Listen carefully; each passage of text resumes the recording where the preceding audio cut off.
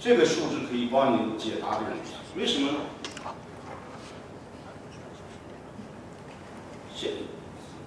？Used to be, if you have an S corporation, IS does not care how much is your shareholders' income. Now they pay very close attention to what's your income as a shareholder, as a president of the company, as a manager of the company.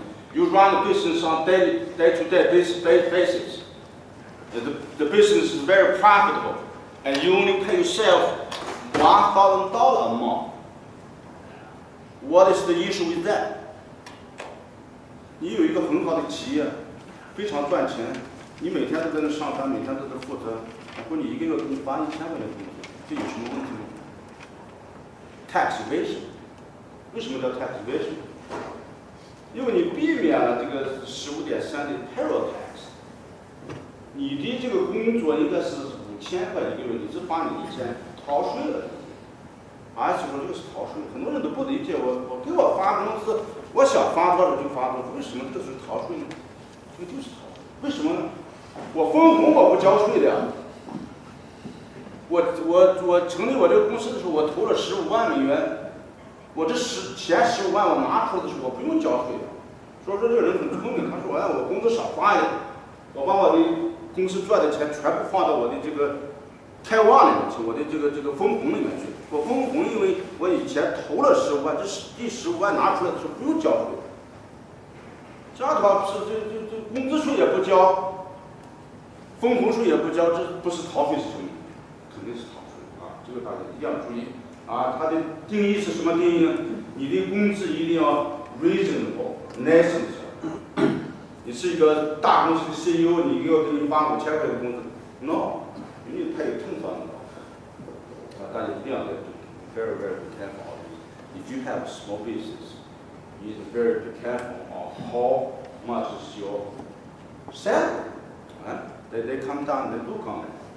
This year, if you do a TurboTax, there's a field ask you how many hours do you put into this business and what is your salary.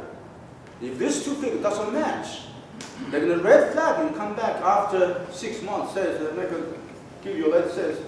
You need to audit your tax because your salary does not make sense. Okay, we need to be very careful on this. Looks like very small. 看上去很不起眼的事情，会引起查税，会引起查税。下一个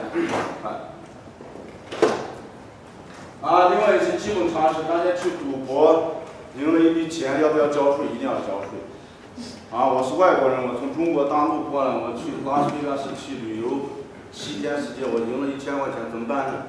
赌场直接把30%给你扣掉以后，剩下的才给你，他不会把1万块钱都给你这个如果你是个美国公民，对他怎么办呢？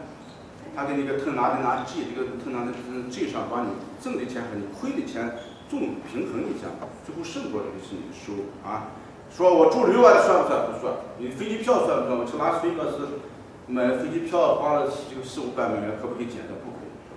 hotel travel 是不可以减，你唯一能够减的就是你去了3天，赢了1000，输了500，你最后1099至少应该是多少？500块。这个一定要注意不要忘了赢了钱到报的时候忘了报了，后来几个月以后来一封信，对不起，你这个税不对，然后重新报，这一定要注意另外一个，我们这个华人中间常见的问题是一个什么叫做居民和非居民，很多问题非常的confused。我是 F1 签证，我是 J1 签证，我是 L1 签证，我是这个 H 签证我到底是居民非居民？我到底能不能享受这个中国和美国1980年签的这个 tax treaty 这个5000块钱的 deduction？我要不要交 social security medical tax？ 这个是一个我们华人面临的一个非常confused 的一个非常confused 的。我们公司呢总结了一个图表，有个图在照下来，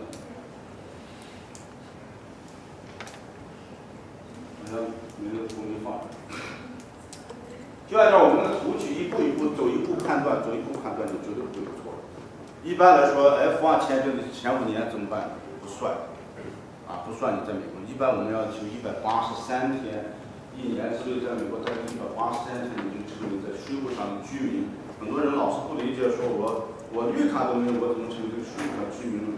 税务居民跟绿卡这个居民是完全不一样，对，大家不要搞混淆。税务上的居民，只要你在这个国家待过183天，那你就是一个居民。很多人很高兴，我说我绿卡这个怎么变成居民？你就是居民，你tax从税务的角度，你就是一个居民。啊，这个183天怎么算呢？很复杂的一个公式。比如说我这有个例子。Rich 在2014年在美国待过了31天，然后呢14、13所住的天数呢，13年就要除个1/3，乘个1/3，然后12年就要乘个1/6，加起来总数达到183天以后，你必须要去报税啊！不报税的话税务局会来找你麻烦。说你这个来美国这个怎么在这么长时间没报税呢？很奇怪这个是这个，比如说有的客人刚来美国，你像我们这个东风他们这个一中他们你刚来美国怎么算呢？我半年在中国，半年在美国，我拿到绿卡我怎么办？我们一定要做一个叫丢stamp。什么丢stamp？半年在中国，半年在美国，这样怎么办呢？中国的收入要报警，对不起，中国的上半年收入要报警你中国的这个interest income、dividends、salaries、rental income 都要报税，丢stamp是丢stamp。这个是一个非常自由是一个地区下一个F1签证在美国待的天数是不算的，除非你来美国已经超过5年，说看你的业不是非人的业这才以后5年以后你才算下一个非居民的外籍人士需要申报美国税表。非居民的人士要在美国想从事 business 和 trading 要报美国税。非居民外籍人士在美国从事任何贸易，有税收的话要纳税。遗产 trust 这都要报税。非居民外籍人士所申报的这个美国税务可以分2个大的部分，一个是在美国的与美国的 business trade 相关的这些 income， 还有这个周期性的 periodic income。那今天我主要要给大家讲一个这个叫做 tax planning。这个东西很多会计师都忙着去给你报税，你们也很忙，没有时间去好好像尹总他们从中国来。这个存在一个很大的一个 tax planning。这个 tax planning， 我给你举个例子，你现在说起来好像对你来说没什么感觉，但我给你举个例子，我现在一中从中国来假如说我对一中情况不了解，假如说一中8年以前在广州买了一个200万人民币买了一栋房子 ，OK， 现在值1000万这个是在中国是非常常见的。那么，请大家告诉我，这个房子你在移中登陆美国之前，做哪些方面的处理，会避免大批的税金？假如我给你一个例子，移中8年以前在广州买了栋房子200万，现在移民到美国半年以后，把这个房子出售掉，买了1000万人民币，他赚了800万人民币的这个 capital gain。对不起，移中你现在是美国绿卡，你这个800万要去交税 ，OK？800万人民币要交税的话，看你算一算要多少？看15%capital gain tax，800万的话除个6的话多少？6现在人民币跟美金兑换的是6点几，你除，假如说咱们不多说120万美金，120万美金你乘1.5，15%，你要交多少税？多少？120万乘10%，20%，大概20万税。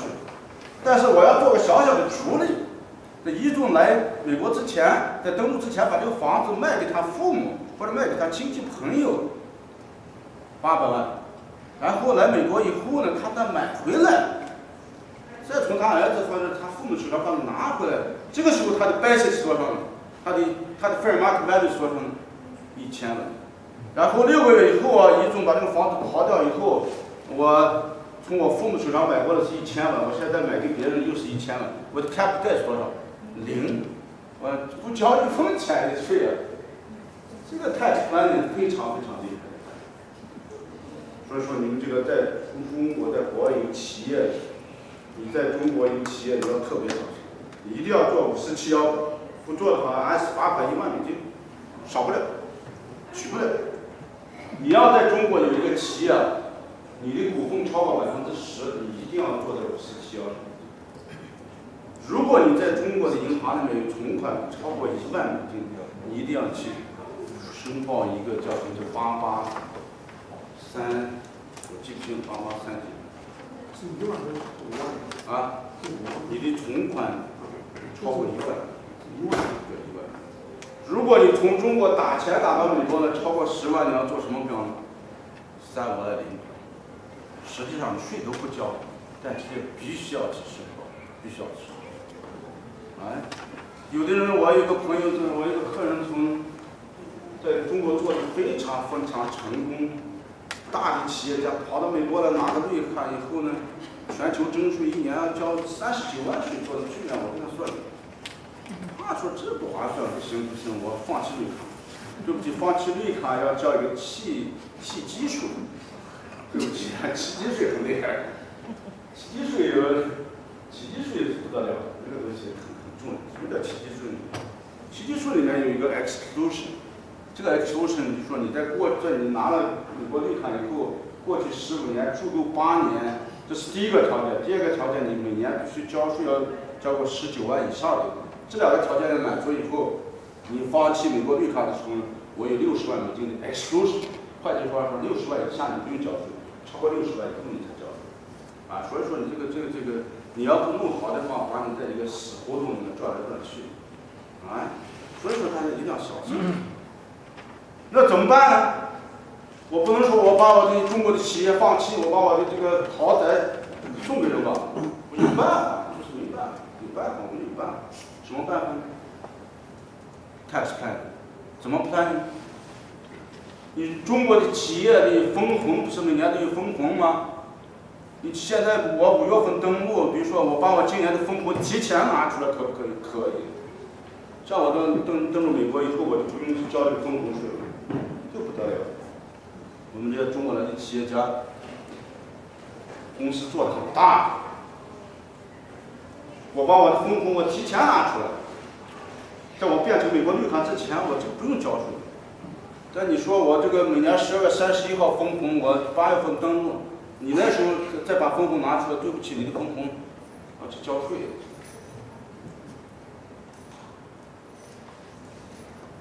另外就是我公司的费用，在我登录之前我先不要付它，等我移民过了以后我再把它付。这样有个什么好处？你知道吗？我把我公司的开销靠派了，我先不要付，我的物业把它留在那里。等我登录以后我再去付它，这个有什么好处呢？你的巴菲特不是降低了吗？你说到年终算你的公司税的时候，你拿到的分红不是降低了吗？这到哪能解决？说里面 tax planning 是一个 huge 一个 arena。不管你是新移民还是已经在这做的非常成功的 computer science、doctors、lawyers， 来美国以后一样的要做 planning。我怎么样把我的这个10栋房子给我儿子呢？我能不能一次抵掉呢？不可以，一次抵掉你这个 gift 1年的 exclusion 只有14000，你花一下全给你儿子，你 gift tax 不是麻烦吗？我们要一点一点，先把你儿子名字加到你这个房子的这个房产证照地址上面。今年10%，明年20%，后年30%，这样子 slow transfer。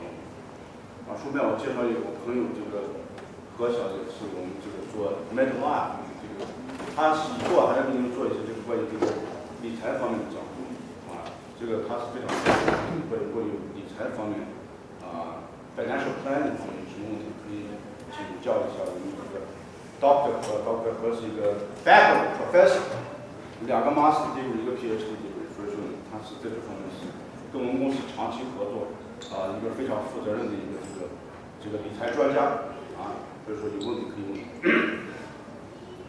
所以我们公司呢这个专门有一个 group， 包括我们的 CEO 这个新的 CPA， 我们在一起专门有一个 group 给客人做 tax planning。tax planning 跟 financial planning 是完全不是一个事情。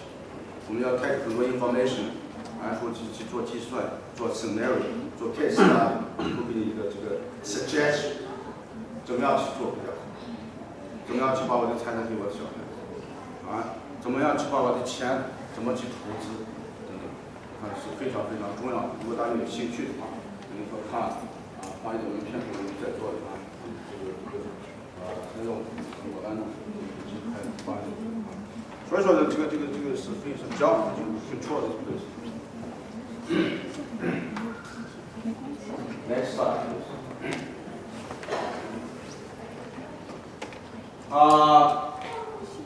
This is for all the visas. If you're a student right here, I would recommend you take a look at this slide. Okay, all the regulations. How we're going to handle H1.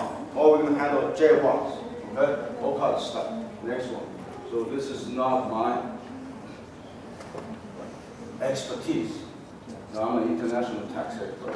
This is the yes. What's some of the stuff for F1 students? What's some of the argument deduction you can take? Very limited. For foreign 美国税法是美国公民和律法设计的，就是外国人的话非常非常的这个苛刻。用我的话说，美国的税法对外国人是非常非常苛刻的。为什么呢 ？Back withholding， 赌场赌了钱以后，不问青红皂白，给你先扣30%，实际上你可能根本交不了，你自己家里的 tax bracket 可能只有15%，这很不公平。是第一。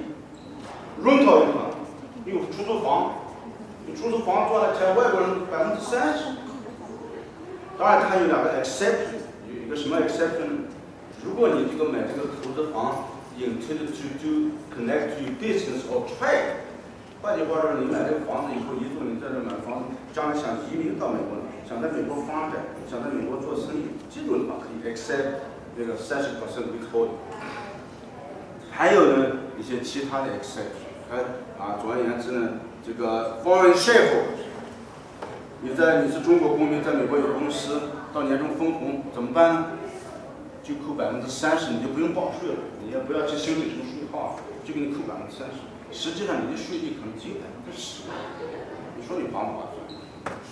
辛辛苦苦做了一个企业，到年终分了2-3万块钱分红，阿口3给你拿到了30%。你说你气不气人？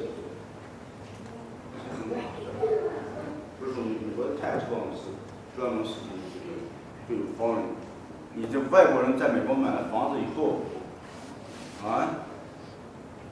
你不但你的收的房租要有30%的 back withholding， 你买的房子卖掉的时候 ，sales tax 的时候，各个州都不一样，纽约州收你1%的你的 house value。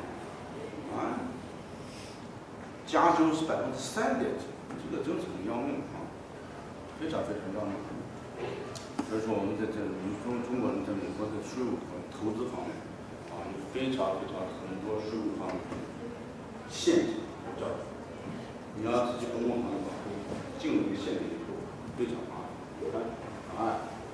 Next one， go to the next one。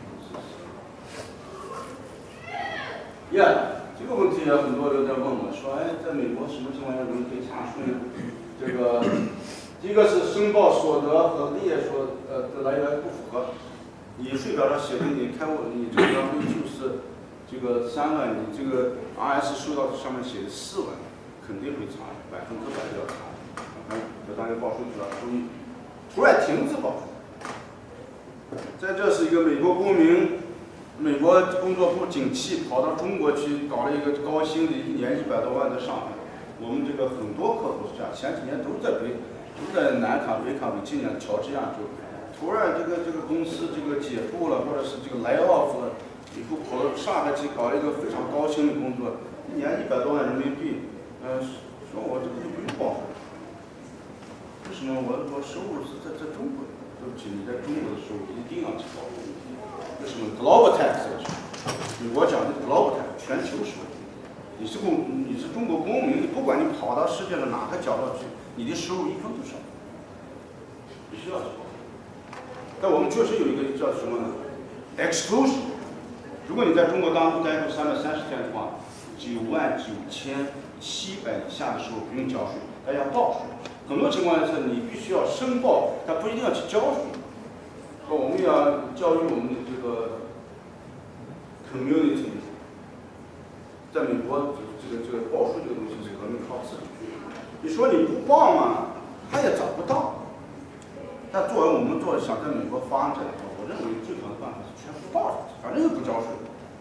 反正我在大陆的收入是我99000以下不用交税，我为什么不报呢？惹个麻烦。所以说我个人建议，能报的不要报。这是中国人在美国有公司，那美国人跑到外国去有公司的话，填547那外国人在中国有公司怎么办？547这些表格都要填啊，3万的表一样填，都要填上。其实它就是一个 information。3万的表就说我今年从大陆打了11万过来，这个是税后的钱，我只是给你汇报一下，我这个钱不是洗钱，我不是买贩毒品，我不是走私的钱。就它实际上就是说你这个钱来龙去脉这个就是不一定说非要让你这个怎么样交税，老老实实比较好。如果我们待到33